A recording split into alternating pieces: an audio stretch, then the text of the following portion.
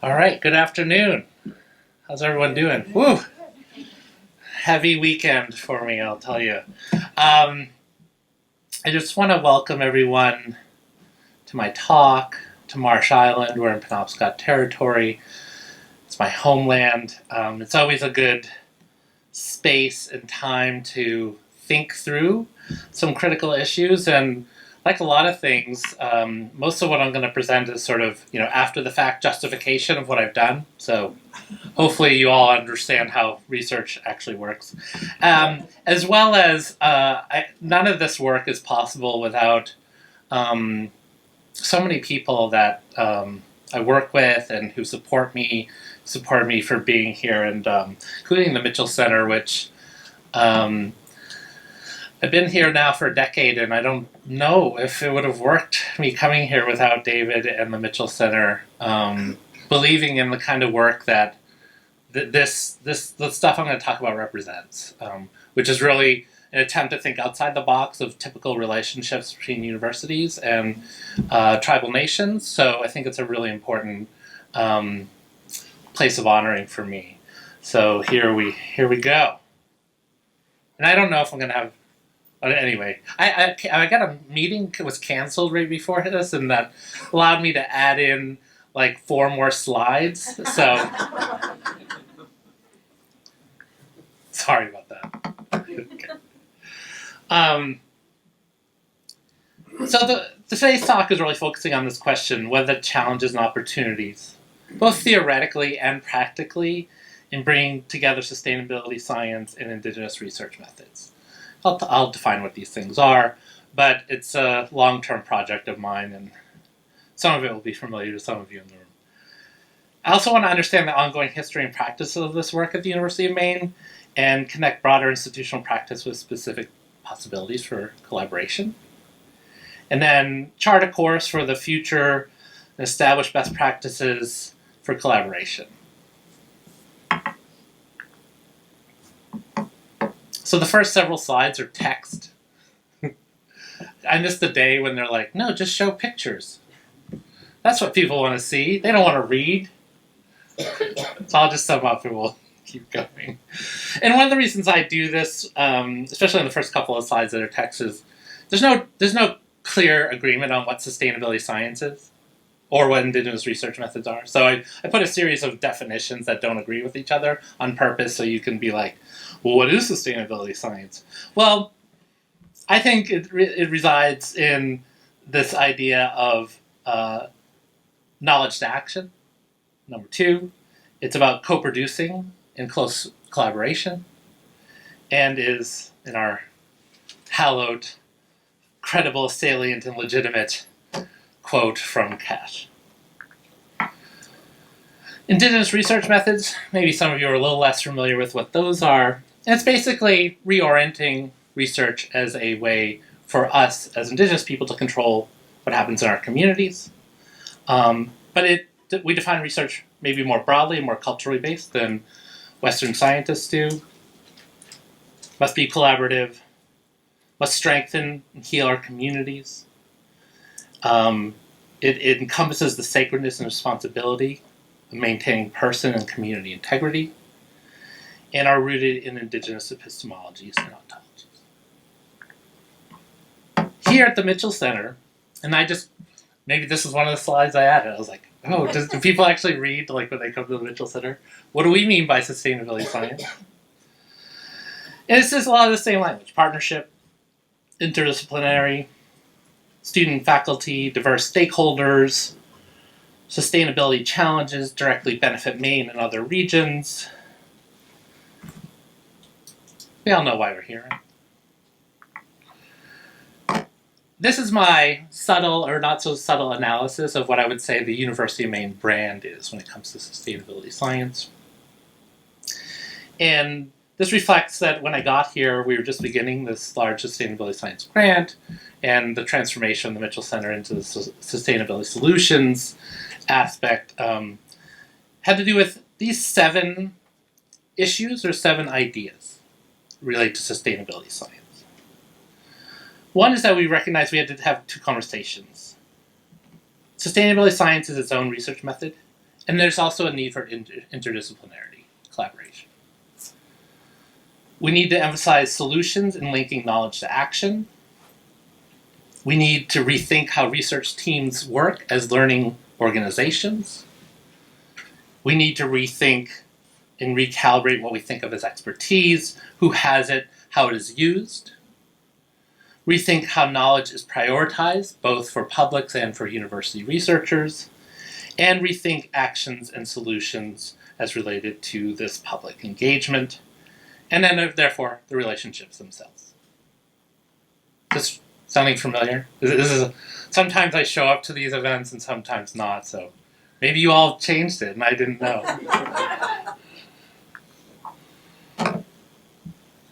One of the queries, and this is almost exactly 4 years ago today, I had this talk about the future-orientated quality of sustainability science. Something about sustainability science is allowing us to model and allow decision makers to make, informed decisions based upon our science. Although recognizing that our scenario development is with stakeholders, quote unquote. So I'm big on quotes, quote unquote. That seems a little too precise and probably elitist for my taste. But we also know that scenarios are stories. So, think of climate change. What's the scenario of climate change in the Penobscot River Valley in 50 years? It's a story. These stories should have a consistent logic and take into account evolving positions and power balance of stakeholders. It's very important. So not just thinking about decision makers.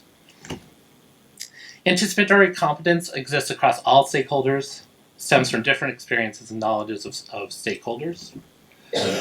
And how we understand who is a finder of knowledge and who is a stakeholder often is tied to who owns a problem and who owns the solution. Power dynamics. Right? So it's in that context of how sustainability science is engaging these kinds of questions that we find our issues. So, in building upon earlier work, sustainability science and Indigenous research methods have similarities, and that's really how I've been doing this work and how I've been encouraging others to do it as well. There's broad agreement that collaboration and mutual benefit should be the principles of research. Indigenous research methods obviously emphasize community action, and sustainability science favors decision makers, although not always. Maybe we're transforming that. Maybe that's one of the goals of today. Both agree that research should be open to different forms of knowledge with an understanding of power relations. Both agree that we should focus on the transformative nature of research, still with a much greater emphasis on process in Indigenous research methods. And it's unclear if sustainability science can appreciate non-Western epistemologies and ontologies or help with the healing aspects of research.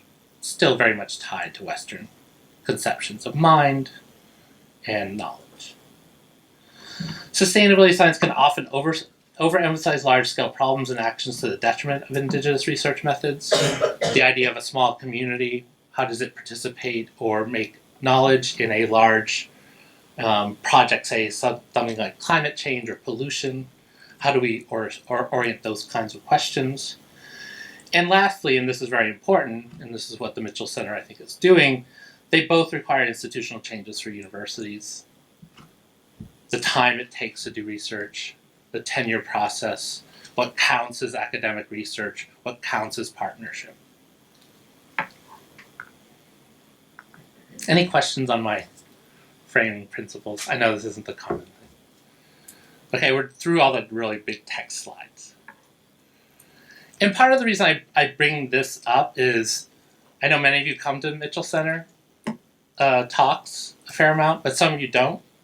And I'm just trying to get you into a discussion about what we think of as research here. Of course. Can you expand on what you mean by the healing aspects of research? Yeah.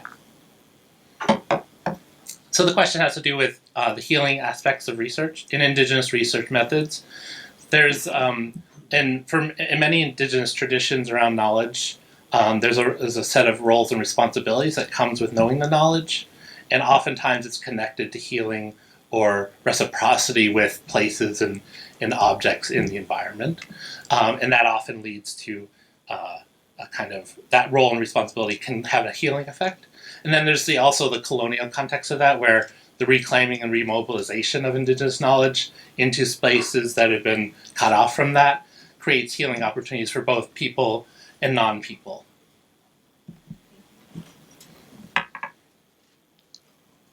I'm sure you all use the category non-people. Yeah. All right. So from the earliest time of my time here, we have this emerald ash borer brown ash project. And we took very seriously the idea that this kind of research in sustainability science, when it's informed by Indigenous research methods, is transformative and really shifts power relationships over who gets to say what is the research about. So this team was led by myself and John Daigle, who's also another Penobscot researcher. And even though we are Penobscot, we did a method which was to say, hey, we came up with a research project just talking to each other and a few friends. Well, let's go out and actually vet this research project with people who would need to use it or would benefit from it possibly. And our idea was, let's create this cross-cultural forestry tool which would help us locate and protect brown ash trees. Sounds like a good project. Maybe there's people doing that project, inspired by our work. Or the opposite. So we went out with this project, and people were like, this is 2009, emerald ash borer had just been found in western New York. They're like, no, that's not the project. And we're like, okay, well, we don't know much about the emerald ash borer, but we will use our roles and responsibilities to this knowledge to mobilize it in the context of the University of Maine. And I think we were used as the sort of, because we changed our research project with stakeholder input, we were used as kind of the poster boys and gals, whatever, people, for how to do sustainability science that is responsive to community concerns. And it was just employing a basic vetting process with research partners. Move forward to the Future of Dams project, which I participated in less as a researcher, more in other kinds of roles, although they tried to include me. Because no one was paying me for my research. So. You know how selfish we are with our time. So the Future of Dams project was also about linking science and other forms of knowledge with decision-making about dams. Recently ended, I think officially ended. Is that right, Linda? Yeah. So it's all over now. Sustainability science, that ended 6 years ago. Anyway, this was a marked attempt forward, though, because we were learning all along, right? What did we do in the earlier grant with the emerald ash borer to make an advancement in sustainability science and Indigenous research methods in this grant? And I'm going to evoke people who are a lot smarter than me. Bridie McGreevy and Tyler Quiring were very critical to, and obviously we worked together on framing what the Future Dams collaboration looks like, say, with the Penobscot Nation and dam removal on the Penobscot River. And one of the basic stories, and you would think this would be an obvious one, that they had the question for and really led us into new areas of possible research was, how do you tell the story of dam removal? Where do you start that story? Well, you know, in 2001 or 2000X, someone said, hey, let's get together and do this work. Get some $50 million. We'll get, you know, all these environmental nonprofits, the federal government involved. Is that where you start the story? You start it when the river starts to get dammed and people get cut off from certain resources because of that? Do we start it earlier than that with other uses of the river?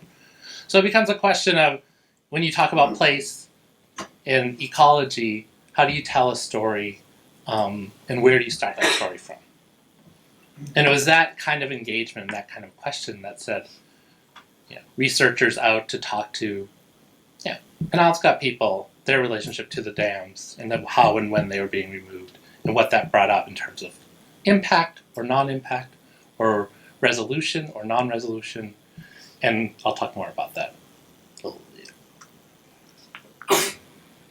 later. Towards the end of the Future of Dams project, sorry, this is a little, I'm leading up to a point. You believe me. These are things that I'm telling a story as it's a sequential story. And it's not unrelated that kind of research is happening. Bridie and Tyler and others are doing research engaged with Penobscot Nation and other Indigenous people. There are a bunch of you in the room who have also participated in various forms of these research projects. But it's not unrelated that we developed at the same time and been developing for several years a memorandum of understanding between the University of Maine and the Penobscot Nation, which was signed last May of 2018. And it's in that memorandum where, here we go, this is the nice picture of T. Francis, President Hunter signing this in the Maine Indian Gallery in the Hudson Museum, that the MOU itself was to think about institutional arrangements. And one of the themes for today is to talk about the need for both action by individuals, students, teachers, learners, but also by institutions. The idea of developing a further and further trust between Indigenous people and universities requires both of these. In the MOU, it's the first time the University of Maine had ever recognized that that it's on Marsh Island in Penobscot territory. First time in however many years. How long have we been around? 150 some odd years. Almost 200. Oh, yes, coming up. And the idea that this is really about a collaboration to collaboratively develop the management of Penobscot cultural heritage doesn't fully capture this MOU. It talks about, in the MOU, several areas of this collaboration. And the very first one has to do with research. Institutional research boards, IRBs, for social scientists is a typical thing that we go through in terms of our research. But for you, all of you who don't work with people in your research, you might not have to engage in IRBs. But that's where the crux of so much research at the university in terms of vetting projects related to tribal nations.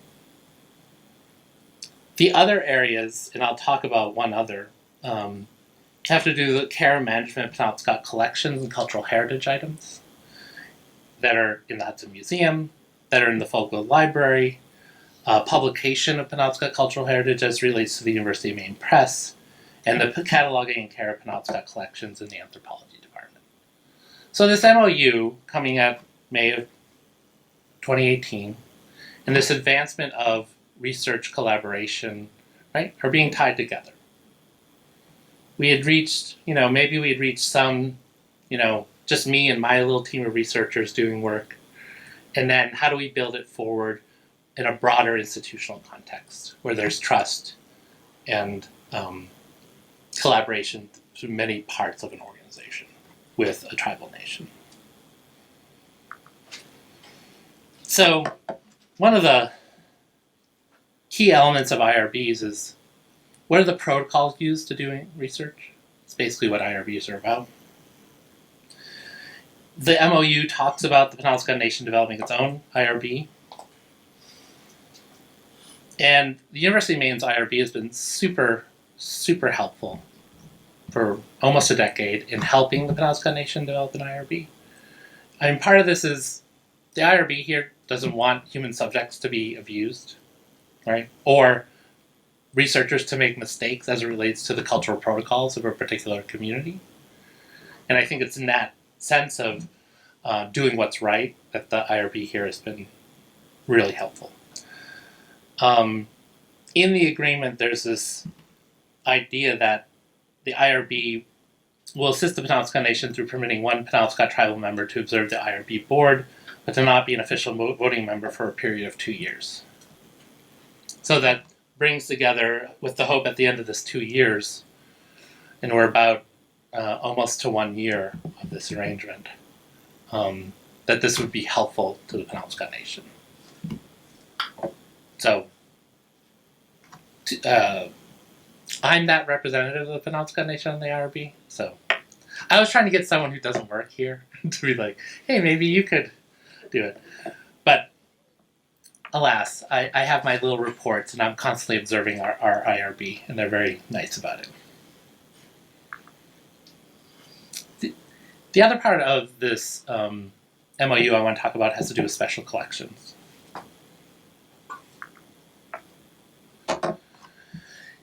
In the MOU, special collections has, which again, this is work both at the IRB and special collections and all these different parts of the university that reflect, best practices already developed.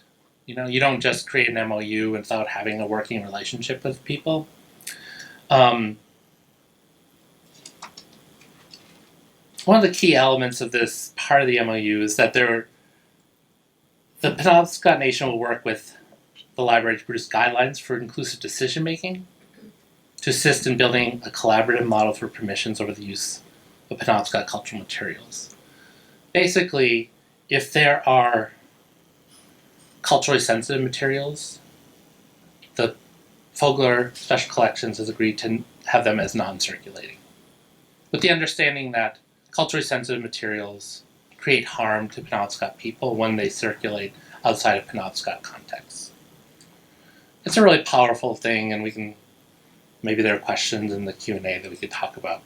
But that's a really tricky dilemma for a library which is all about circulating and sharing with people.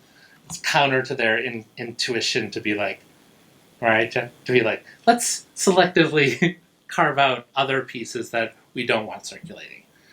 But in that process, there is a give and take wherein the special collections will be added to through Penobscot cultural knowledge through this collaboration. And I can talk more about that in the Q&A. I could do it just a one talk on what that looks like. Another institutional project, which I know many of you see every day now, is transforming the space of campus to a Penobscot space. The background for a Penobscot signage project, and we're just through about a dozen signs, there'll be more phases of it coming, is an attempt to also recognize and make at home and mark Marsh Island as distinctly Penobscot territory and as a home for Penobscot people. And I know you've seen these signs, many of them. The inspiration for this comes from one of our language masters, Carol Dana. And the idea that our nation, exists beyond our quote-unquote legally recognized territory. Like a lot of Indigenous people, our nation is defined through these stories and connection with places, hunting, mysteries like engaging little people. It's just, she captures so much of the non-physical elements of what makes up our territory in this poem, and the connection between ways of knowing through the heart of the land. Smiles play our children's faces, and see the work of Gluskabe's hand. This is a welcome, plays regularly on the football field sign. We're hoping to incorporate this in all the entrances to the university. This is Gwe Bagawinawesaweg. That's it's a more archaic welcome, but it's so beautiful because it says hello, you were pleasing to the eyes. It's sort of the most sort of welcoming you can be to someone. You say that to a friend you haven't seen in a long time, as a really important cultural context.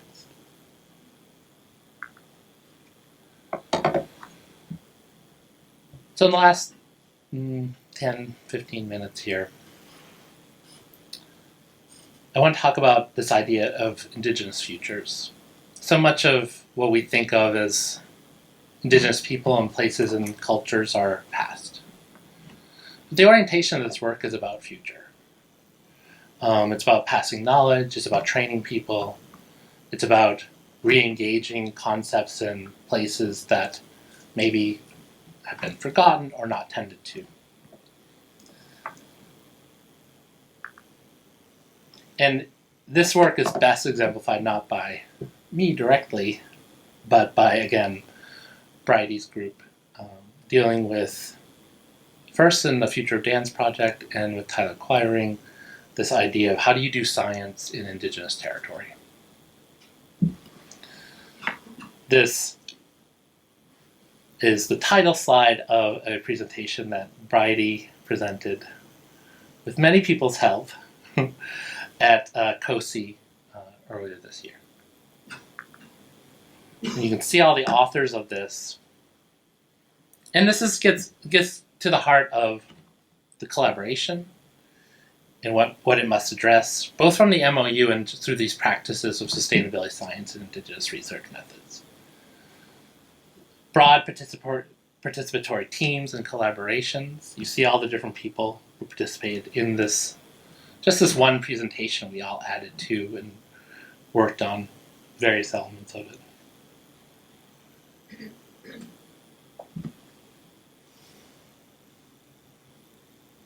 I mean, I would include, this is from the test, but I would include Chantal in this work. She's like, it must also talk about the protocol and relationships in research. What I mentioned with the IRB is who's participating, how is the tribe participating in this research, and how are those protocols worked out. And thirdly, and this is really a part of this future orientation, is who owns that research, how is it shared, how is it collected, and who manages it. These are all critical parts of this, in the spirit of this MOU.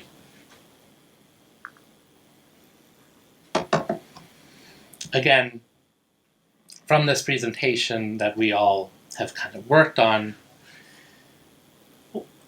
there are three tensions in doing this kind of work. One of them is, how do we think of science and what's included in it as a discourse?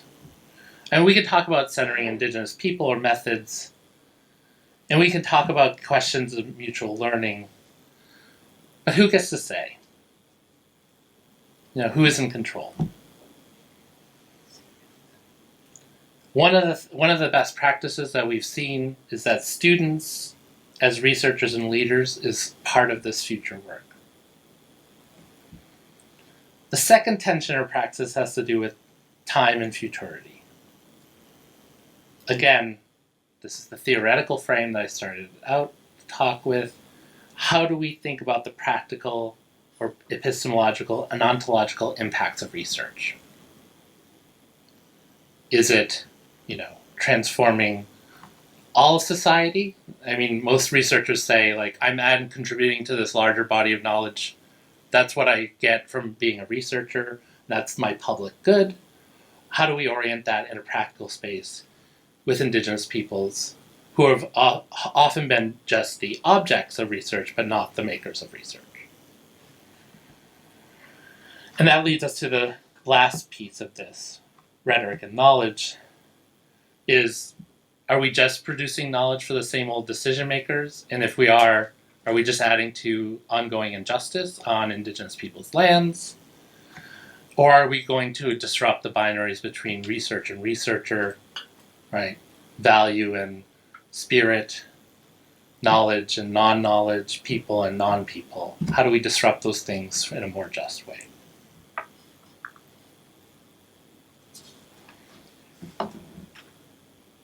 Linda talked about my TEDx talk which had to do with this idea of Wabanaki diplomacy. Everyone check it out. It's a really great talk. You know that you have to memorize it. 12 minutes. I don't know. That seemed more challenging than I would have thought.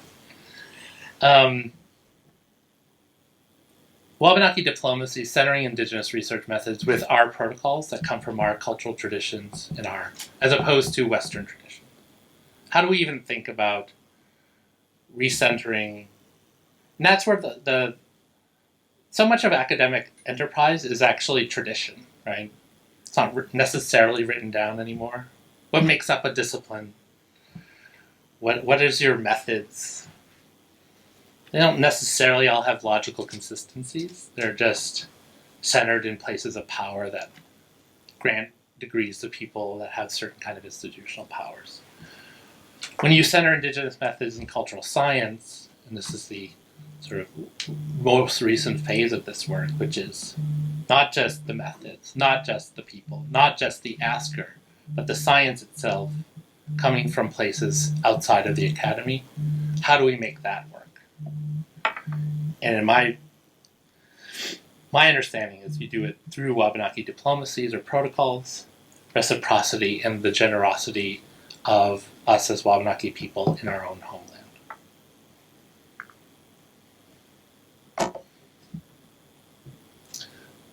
The students shall lead us. This is my attempt at optimism. Back in 2011, 2012, we developed this program called the Wabanaki Youth and Science Program, which was a middle and high school program for STEM education for Native students across the state of Maine. The pedagogy of that is to teach Western science and Wabanaki cultural science at the same time, showing their similarities and sometimes their dissimilarities. But basically creating a context for Indigenous students to see themselves, their community, their culture in science education, and that leads to greater retention and success. And creates a dialogue and a set of skills around how to communicate cultural knowledge and values in the context of producing Western science. In 2017, as a lead PI with these co-PIs, John Daigle, Mindy Crandall, Shalene Jane, and Tish Carr, lead researcher, we got an NSF grant to basically see how this could be brought into the context of the University of Maine and what impacts it would have in terms of the institution. So, goal 1, create integrated curriculum that embraces Wabanaki ecological knowledge. Number 2, establish and implement mentorship guidelines, how to mentor Native and non-Native students, but particularly Native students in learning this kind of science in a science curriculum at the university level with a bunch of non-Native people involved. And then lastly, develop these sort of educational protocols that are transferable to other institutions and other contexts for the emphasis of Indigenous science.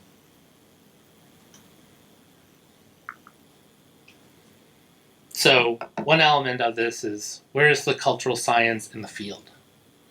Right? Where is that in the context of research? And what we found is, and this is my hopefulness, is our students, and this is just 4 of them. Chantel happens to be in the room. I think you're the only one here in the room. Are actually having way bigger impact on our researchers and faculty than I ever did. Probably because they're more convincing or they're prettier than I am. I'm not sure. But these kinds of relationships have pushed and created an interest and a commitment to knowledge and research in Wabanaki communities with these faculty that have not been seen previously. There are many more of these stories, but these are the 4 that I just thought of an hour and a half ago. The other side of this is cultural science in the classroom. So that was the focus of the Includes grant, although the Includes grant includes internship opportunities for Wabanaki students to work with these particular faculty. And here, beyond the Includes grant, is again Bridie McGreevy and her service learning approach, which was to bring cultural science in the classroom and bring the classroom out into different ways of knowing. It's called Removing Our Blinders Project, and it included river trips, potlatch, guest speakers, projects, and this is the way that her CMJ 107 class is taught. Anyone take this class? Chantal.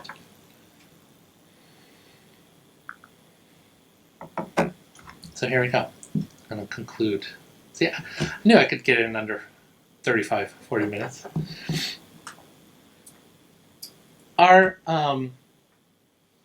My first conclusion is to say, I want to acknowledge and recognize that the University of Maine has become a leader in a lot of this work. And obviously, I can't do this by myself. There are a whole host of people inside this room and beyond this room that are really responsible for supporting it. And it's been since 2009, but before that, the University of Maine system has committed to the education of Wabanaki and other Native students through various scholarship programs and creating spaces on campus for Native students to thrive. I also, secondly, in concluding, I want to recognize sort of the ongoing challenges and the ongoing learning. One of the things that we talk about in Indigenous research methods, I think, shares a similar pattern of discussion with sustainability science researchers, is that true effective research relationships requires time, it requires trust, it requires a mobilization of people, ideas, and things that is hard to get right. It's hard to build the right kind of protocol. A lot of this stuff can be self-generating and really particular to a particular place. Thirdly, the students shall lead us.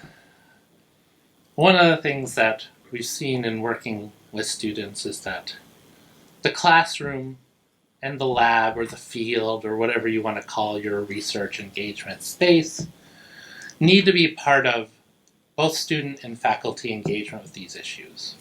It makes no sense to build research relationships without pedagogical relationships when you're trying to push on what counts as knowledge, both inside the classroom and outside the classroom. And my overall basic point, because I didn't want to bore you with my discourse on post-colonial theory, is that the broader institutional commitments impact research and teaching collaborations and vice versa, right? We can't have one without the other.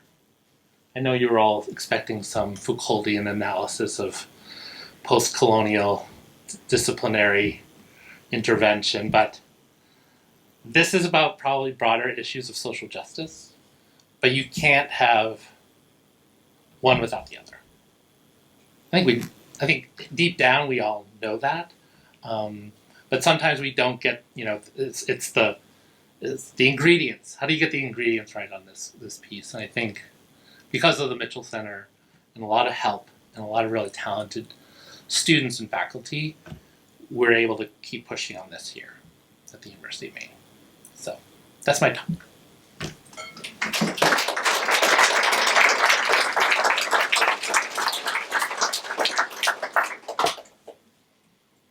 We have an opportunity now to ask questions, and I know we all have lots of questions. When you ask your question, can you ask it loudly so we can all hear it? And then, Darren, if you have a chance, if you can repeat it, then all the people all over the world that are watching this will know what it was that we were talking about. Absolutely. I know Craig wants to ask a question. Darren, institutions are very complex. Universities are, as are Indigenous communities. Yeah. There's an interface, and you're a member of that kind of the smaller group where these things are hashed out. What kind of work needs to be done on both ends within those institutions and communities to implement or to even come together and form these kind of relationships?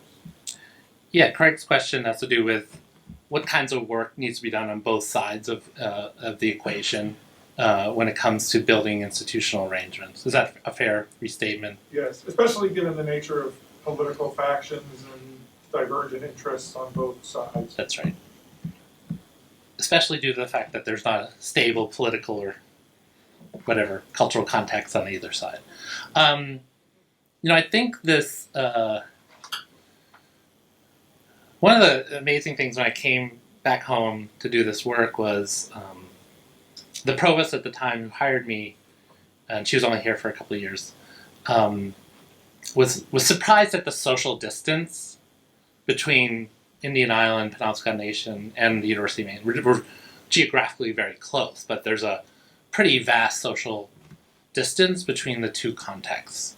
So one of the things I would say, and having actual researchers, Indigenous faculty here, Indigenous students engaged at the highest forms of this kind of research and action, is that's one of the critical pieces, is shrinking social distance. And I would say, I realize that the University of Maine is not the richest institution in the world, but definitely has a lot more power when it comes to the production of knowledge compared to a tribal nation. Is in the land grant tradition itself, speaks to the idea that all boats, kind of rise, all communities have an opportunity to participate. And I think when I first came in here, besides being left alone to do whatever I wanted to do, don't tell anyone that I work with, but giving some time to build up a potential set of projects first and foremost, and then work. I came here in 2009. The MOU happened in 2018. It didn't happen overnight. And it wasn't about me either. It was like, how do we build up the institutional context where an MOU makes sense? And of course, the political and cultural context on each side of these equations has to do with, my way of playing it out was, we're already doing these things so well. The MOU, the signage, makes us into and this isn't just BS, although I've been accused of having my fair amount of BS. The University of Maine is a leader in this. There's just no doubt about it. There aren't that many places, none of our peer institutions in this region do this kind of work. Make an MOU. Share resources this way.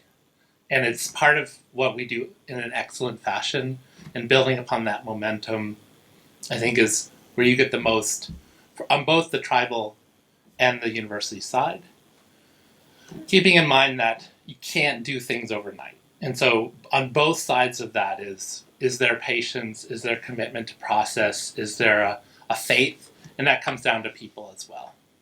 So I think, again, probably that's my biggest non-answer, but I think building up small wins. If a university was to ask me, how do you do this kind of work, building up really good small projects of collaboration first, and developing the protocols around those specific things, and then thinking about both on a tribal side and on a university side how to make those institutions work to further those kind of projects. Yeah, Michael. My question concerns, or curious about the place you see for conceptual clarification in collaboration. So you talked about the questioning of, you pointed to the different senses of knowledge from two different communities, and you raised the problem of epistemology. But what both sides seemed to share, in your presentation at least, was some attention to practical outcomes, to something that we can that we can feel, that we can see as a positive result for ourselves, people living together. The part of that, though, and in my view, a large part, is a question of language, and obviously you share that perspective. But even before different languages, within a single language, what we mean by key concepts. And this is what I mean Yeah. by conceptual clarification. Mhm. So words that you use like place, nation, time, sovereignty, and I very much appreciated your closing where you talk about justice. But these are tremendous concepts, right? And so we could spend years talking about what justice is. But in my view, that would be a very worthwhile endeavor to talk to people. And I do try work Yeah. like that to talk about what do we mean by justice and how can you and I just push it a little bit. Is there this, what do you think of this problem of conceptual clarification within the projects of collaboration on this campus and in your broader vision Yeah. of this problem? So the question has to do with the how do you make collaboration work because of these broader epistemological or definitional questions. If I could just Yeah. say, I don't want to, you phrase it in a kind of negative. That's the post-colonial way. Oh, yeah. I don't mean it that way. Uh-huh. I mean, how Yeah. is there a place for the Yeah. conceptual clarification and discussion in this kind of collaboration? Yeah. Is Without there anything practical? Yeah. Just reflection. is there a place for this discussion of the broader concepts? So I think that's a great question, and I didn't. I have my own story as a tribal member working in a university, and not all citizens of the Penobscot Nation want to or work in the context of research this way, because it still requires a different way of going about it than even for a Penobscot citizen than other kinds of research projects with non-Indigenous communities. I would like to see more similarities between the protocols of research between Indigenous peoples and non-Indigenous peoples, because I think ultimately they lead to better power sharing around the production of knowledge, which is the justice question. But in the practical sense of answering your question, it literally has to do with, I think first and foremost, a researcher. I think that the action has to start on this side of the equation. A researcher willing to make themselves vulnerable in a way to not be an expert, first and foremost, but to be a human being and to engage people as other people, but recognizing that, right, they have different investment or relationship or knowledge than you do. And I think that's harder than it seems. When I argue with my relatives on Facebook, I mostly try to eschew an expert quality. It doesn't work on Facebook, by the way. Although that it might eventually get you blocked by your cousins. So that I do think, and this is where the work, and I'm hoping Bridie and others will tell the story of the huge commitment of time and effort that for that class that I talked about, her CMJ class, how many hours and years it took for her to work with Jan and Angie in the Penobscot Nation Department of Natural Resources, and basically saying, if we're going to do this, let's do it the right way. And that required, right, understanding people on their own terms, going out with the people before you ask the question, before you frame the research project, right, going out and experiencing things with them collectively. And I think, first of all, that's really hard to get funding for. I'm going to go hang out with some people who I think share my values on some basic human level, but have a very different understanding of things. Most agencies are going to be like, I don't think so. That said, I think that is some of the work here in the Mitchell Center, is we do these sort of pilot projects, these small grants, to basically give people the time to work that out and think that through. And that's where the transformational element is required to do this work correctly. So I think it's a very, maybe it's esoteric, but I'd say human element of sharing experience that is the transformational piece. And experts, us as experts here on the university side being like, maybe I'm not an expert. because it's almost the inverse in a lot of on the tribal community side, is that we talk about people as elders or knowledge keepers. They don't see themselves that way. So you can't really even show up and be like, who knows everything about plants here?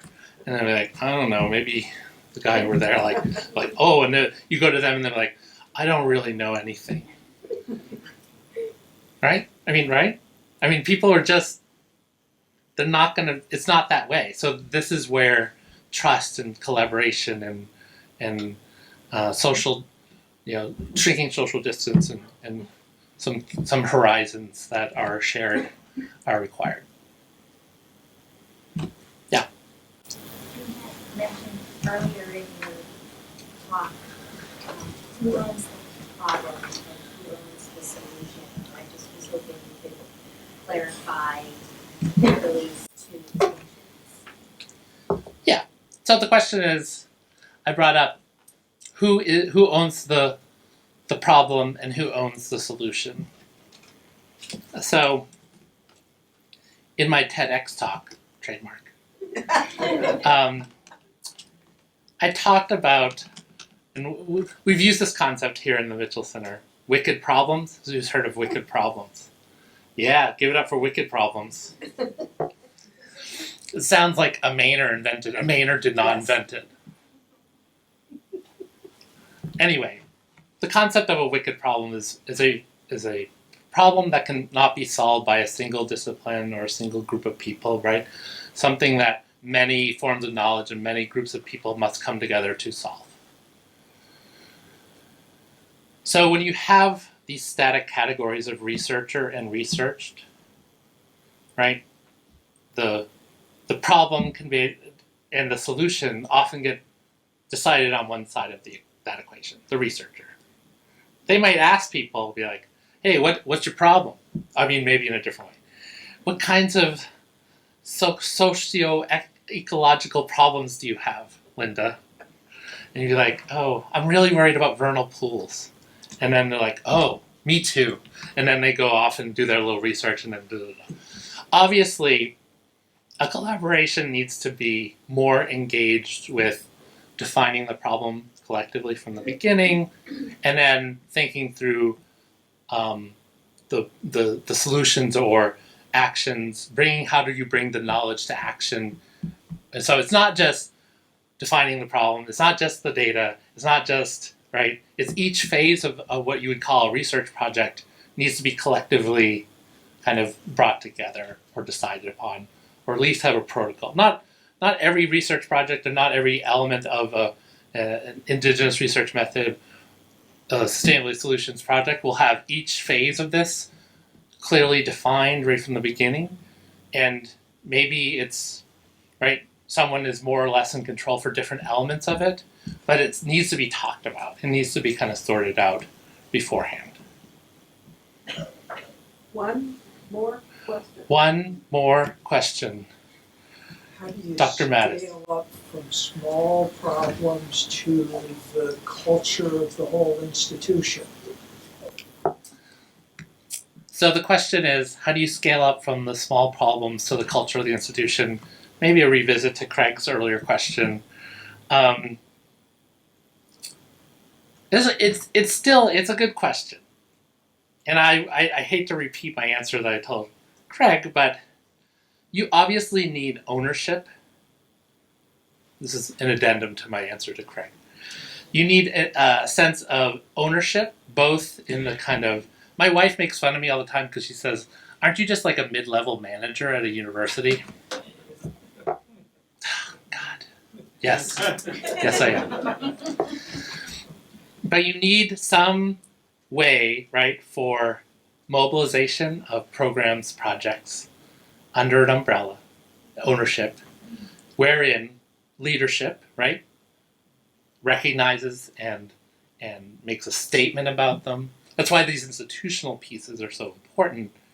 But the institutional piece can only happen with this dialogue amongst my peers, right? Bridie, Kat, Alan, Bill Livingston, the people who are also engaged in this kind of work through working with our students, but the collective problem solving of making these kinds of projects go. So it needs to be, I think, I'm not a huge believer in organizational theory, but the idea of, responsibility to and recognition of, with this sort of back and forth between leadership and on the ground reality. And that's true both in one of the questions that Craig had relates to on the tribal side. That has to happen on the tribal side as well. I mean, if there's not support, if there's not a politics or a mobilization on the tribal side for this work, it's also not going to work. And I think the sense of justice that we need to bring to that, wherein we need to mobilize the possibilities of institutions. And I've made this argument before, and mostly people just smile and nod and don't say anything when I say this. I would say the University of Maine actually has a responsibility to help build an infrastructure on the tribal side to receive this kind of research and work, and to do it right, the correct way, and not just be put a bunch of burden onto people who don't have a lot of time and resources. Oh, I know you have lots of other questions. I know. Will you be able to stay just a little bit? Not for Jamie, but anyone else. Can we give Darren a hand for all of his work?